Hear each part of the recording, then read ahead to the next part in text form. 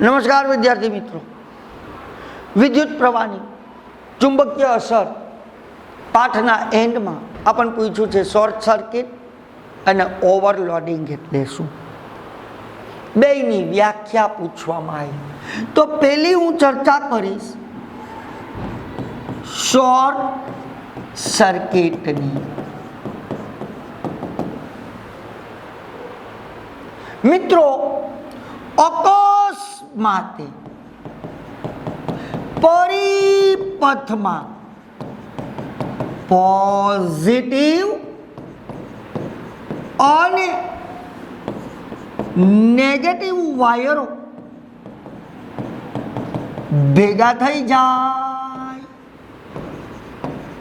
તો આ ઘટનાને શોર્ટ સર્કિટ કહે છે. મિત્રો, શોર્ટ સર્કિટ થવાથી આગ લાગવાનો ભય રહેલો છે. તો એકાદ વસ્તુ લખી નખાય.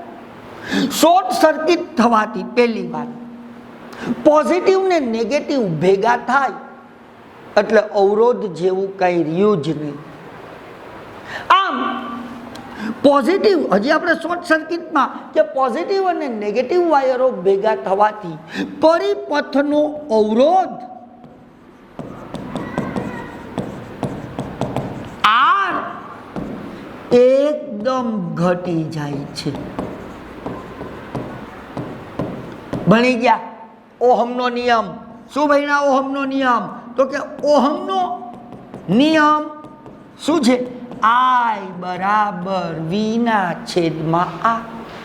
જો અવરોધ એકદમ ઘટી જાય તો વિદ્યુત પ્રવાહ I એકદમ વધી જાય છે. આમ ઓહમના નિયમ અનુસાર વિદ્યુત પ્રવાહ અતિશય વધી જાય છે. વિદ્યુત પ્રવાહ વધે તો આપણને ખ્યાલ છે વાહક તારમાંથી વિદ્યુત પ્રવાહ પસાર થતો હોય ત્યારે વાહક તાર ગરમ થાય છે. જો વિદ્યુત પ્રવાહ વધે તો વધુ ઉષ્મા ઉત્પન્ન થાય છે. આમ વિદ્યુત પ્રવાહ અતિશય વધી જાય છે, પુષ્કળ પ્રમાણમાં ઉષ્મા ઉત્પન્ન થાય છે. તેથી જે બિંદુએ શોર્ટ સર્કિટ થયું હોય ત્યાં તણખા ઝરવા માંડે છે, આગ લાગવાની શક્યતા રહેલી. તો બસ શોર્ટ સર્કિટ વિશે આટલું. હવે આપણે ઓવરલોડિંગ વિશેની ચર્ચા કરવાની છે. ઓવરલોડિંગ વિશેની શું? ઓવરલોડિંગ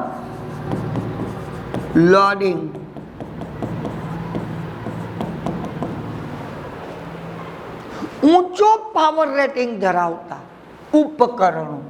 બસ વ્યાખ્યા આપી દો કે ઊંચો પાવર રેટિંગ ધરાવતા ઉપકરણો જેવા કે ઇસ્ત્રી, એર કન્ડિશનર, હીટર વગેરે એક સાથે ચાલુ કરવાથી પરિપથમાં વહેતો વિદ્યુત પ્રવાહ વધી જાય છે. આ ઘટનાને ઓવરલોડિંગ કહે છે. વિદ્યુત પ્રવાહ વધે તો ઉત્પન્ન થતી ઉષ્મા વધે તો તણખા જરે, આગ લાગે, ફ્યુઝ ઉડી જવાની શક્યતા રહેલી. તો ઓવરલોડિંગની આપણને વ્યાખ્યા પૂછી છે, આપણે આપી દીધી કે ઊંચો પાવર રેટિંગ ધરાવતા ઉપકરણો ઇસ્ત્રી, એર કન્ડિશનર, હીટર વગેરે એક સાથે ચાલુ કરવાથી પરિપથમાં વહેતો વિદ્યુત પ્રવાહ એકદમ વધી જાય છે. આ ઘટનાને ઓવરલોડિંગ કહે. તો આપણે આ પ્રશ્નમાં 2 પોઈન્ટની સમજૂતી આપી. શોર્ટ સર્કિટ તો કે પોઝિટિવ નેગેટિવ ભેગા થાય તો શોર્ટ સર્કિટ થાય છે. ઓવરલોડિંગ તો તો કે ઊંચો પાવર રેટિંગ ધરાવતા ઉપકરણોને એક સાથે ચાલુ કરવાથી ઓવરલોડિંગની ઘટના થાય છે. આ ઉપરાંત મિત્રો યાદ રાખજો, એક જ પિન સોકેટમાં એક કરતાં વધુ ઉપકરણો જોડવામાં આવે તો પણ ઓવરલોડિંગની ઘટના થઈ શકે છે. તો આ 2 પોઈન્ટ વિશે તમારે લખવાનું હતું. આભાર.